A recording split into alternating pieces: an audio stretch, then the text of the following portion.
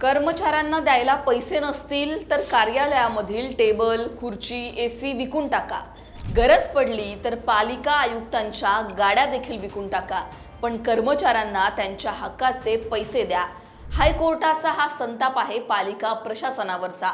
पालिकेला हायकोर्टाने झापलंच, त्याचबरोबर लाडकी बहीण योजनेवरून राज्य सरकारलाही खडेबोल सुनावले. लाडकी बहीण योजना बंद करा हे बोलण्याची वेळ हायकोर्टावर का आली, या व्हिडिओच्या माध्यमातून जाणून घेऊ. नमस्कार, मी पूजा, तुम्ही पाहताय लोकमत.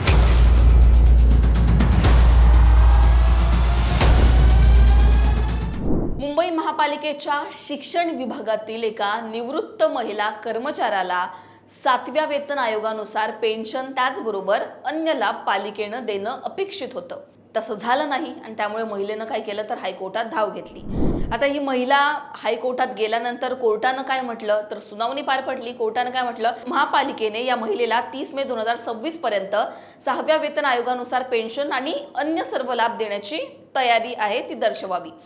त्यानंतर तसं नाही झालं. मग काय झालं तर हायकोर्टाने आता या प्रकरणावरून पुन्हा एकदा पालिका प्रशासन असेल त्याचबरोबर राज्य सरकारला सुनावलंय.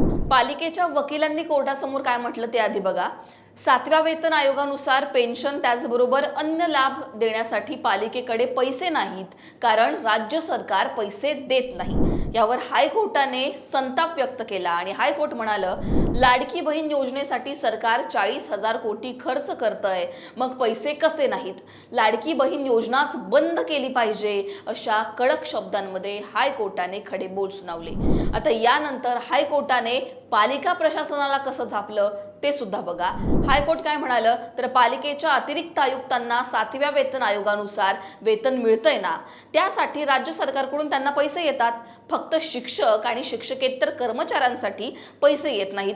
आता 8व्या वेतन आयोगाच्या शिफारसी लागू करण्याची वेळ आली आहे, तरी तुम्ही 7वा वेतन आयोग लागू करत नाही, असं कोर्टानं म्हटलं. पुढे हायकोर्ट काय म्हणालं तर कर्मचाऱ्यांचं निवृत्ती वेतन देण्यास पैसे नसतील तर महापालिका कार्यालयामधील टेबल, खुर्ची, एसी विकून टाका.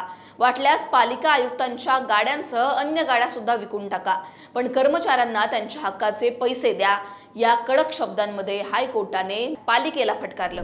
आता सरकार असं का वागतंय असा सवाल सुद्धा यावेळी कोर्टाने केला.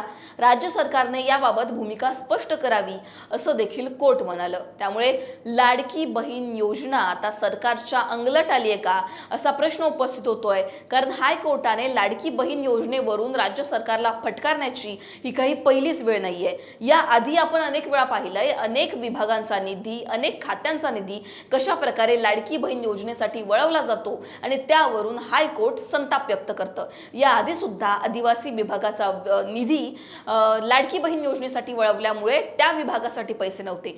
आता सुद्धा असंच झालेलं आहे. पैसे नसल्यामुळे एकूणच लाडकी बहीण योजनेसाठी पैसे आहेत, पण कर्मचाऱ्यांना देण्यासाठी पैसे का नाहीत असं म्हणत लाडकी बहीण योजनाच तसं जर असेल, पैसे नसतील तुम्हाला तर ती बंद करून टाका असं हायकोर्टाने म्हटलंय. त्यामुळे लाडकी बहीण योजनेवरून ज्या प्रकारे हायकोर्टाने राज्य सरकारला झापलंय त्यावरची तुमची मतं कमेंटमध्ये सांगा. लाडकी बहीण योजना खरंच बंद करायला हवी का? तुम्हाला काय वाटतं हे कमेंटमध्ये सांगा. लोकमतला सबस्क्राईब केलं नसेल तर सबस्क्राईब करायला विसरू नका.